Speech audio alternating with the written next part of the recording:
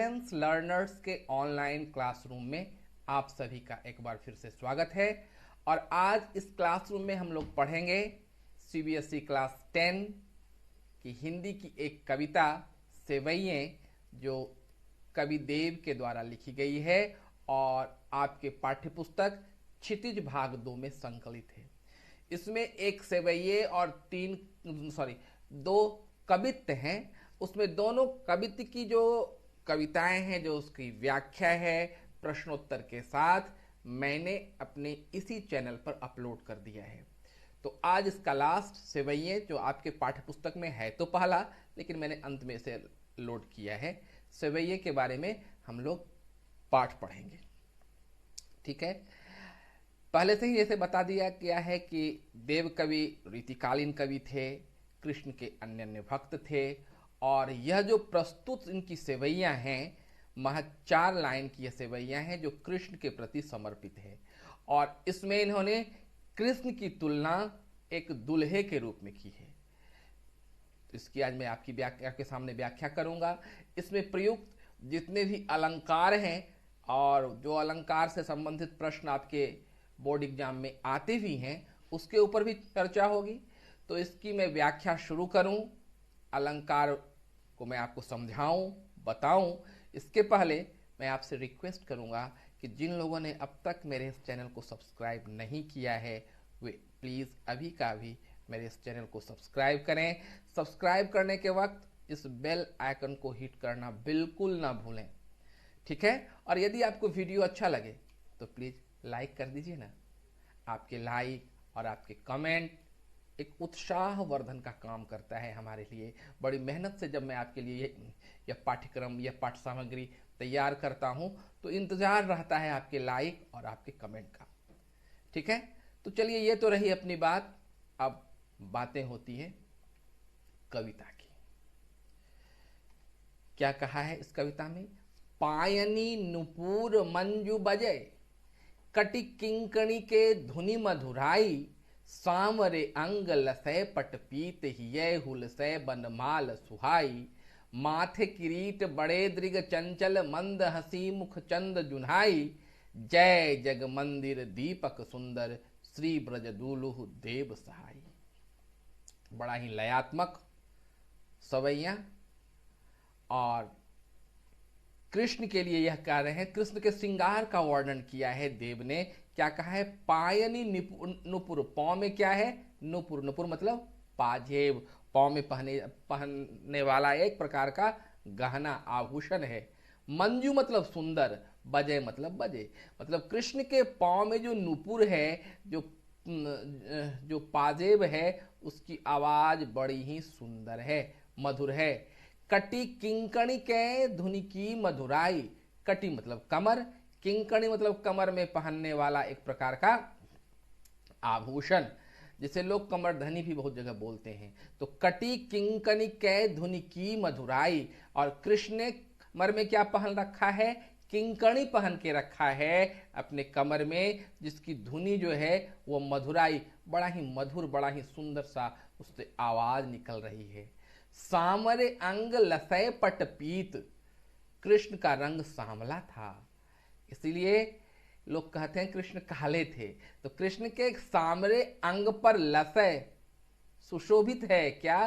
पटपीत, पीले रंग का वस्त्र कृष्ण पहनते थे। पीतांबर इनका बड़ा प्यारा वस्त्र था।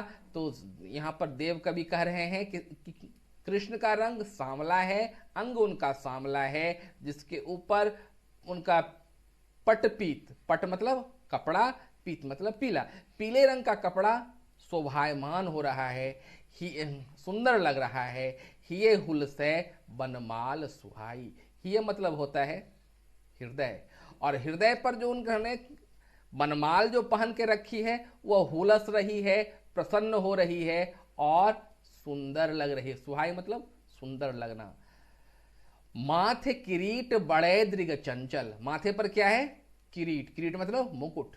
कृष्ण ने मुकुट पहन रखा है, देख रहे हैं यहाँ पर चित्र में। कृष्ण ने मुकुट पहन के रखा है। दृग मतलब होता है आंखें। इनकी आंखें कैसी है? चंचल है, मंद हंसी, और उनके चेहरे से हंसी हमेशा मध्यम मध्यम सी हंसी दिखाई पड़ रही है, मुख चंद जुन्हाई। कृष्ण के मुख की तुलना चंद्रमा से कर दी है, चंद्रमा के समान दिखाई पड़ रही है। और अंत में कह रहे हैं जय जग मंदिर दीपक।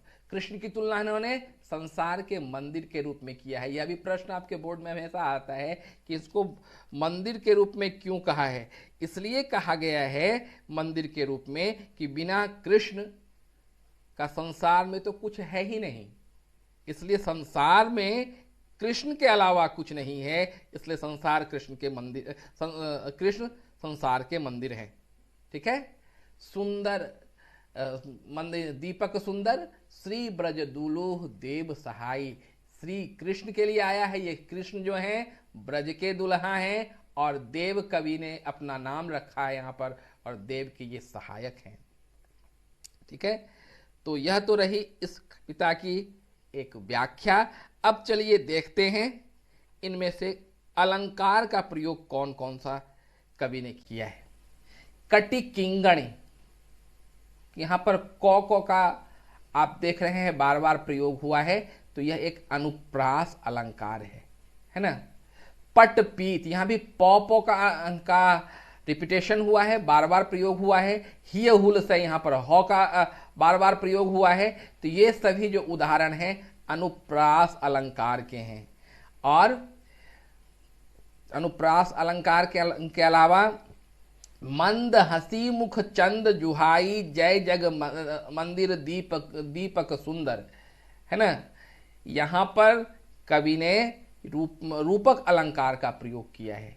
तो दो प्रमुख अलंकार हमें यहां पर दिखाई पड़ रहे हैं। एक अनुप्रास जिसमें कि एक ही अक्षर का बार बार प्रयोग है।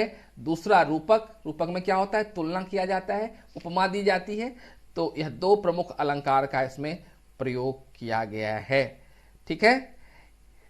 इनकी भाषा ब्रज है और भक्ति रस का भरपूर प्रयोग किया है इस कवित्व में कवि देव ने।